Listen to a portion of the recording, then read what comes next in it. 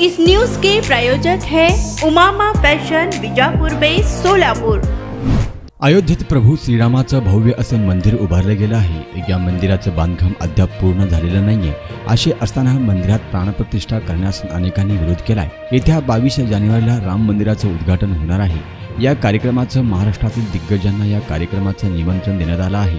विशेष म्हणजे महाराष्ट्रात एका गावाच्या सरपंचाला कार्यक्रमाचं निमंत्रण देण्यात आलं आहे।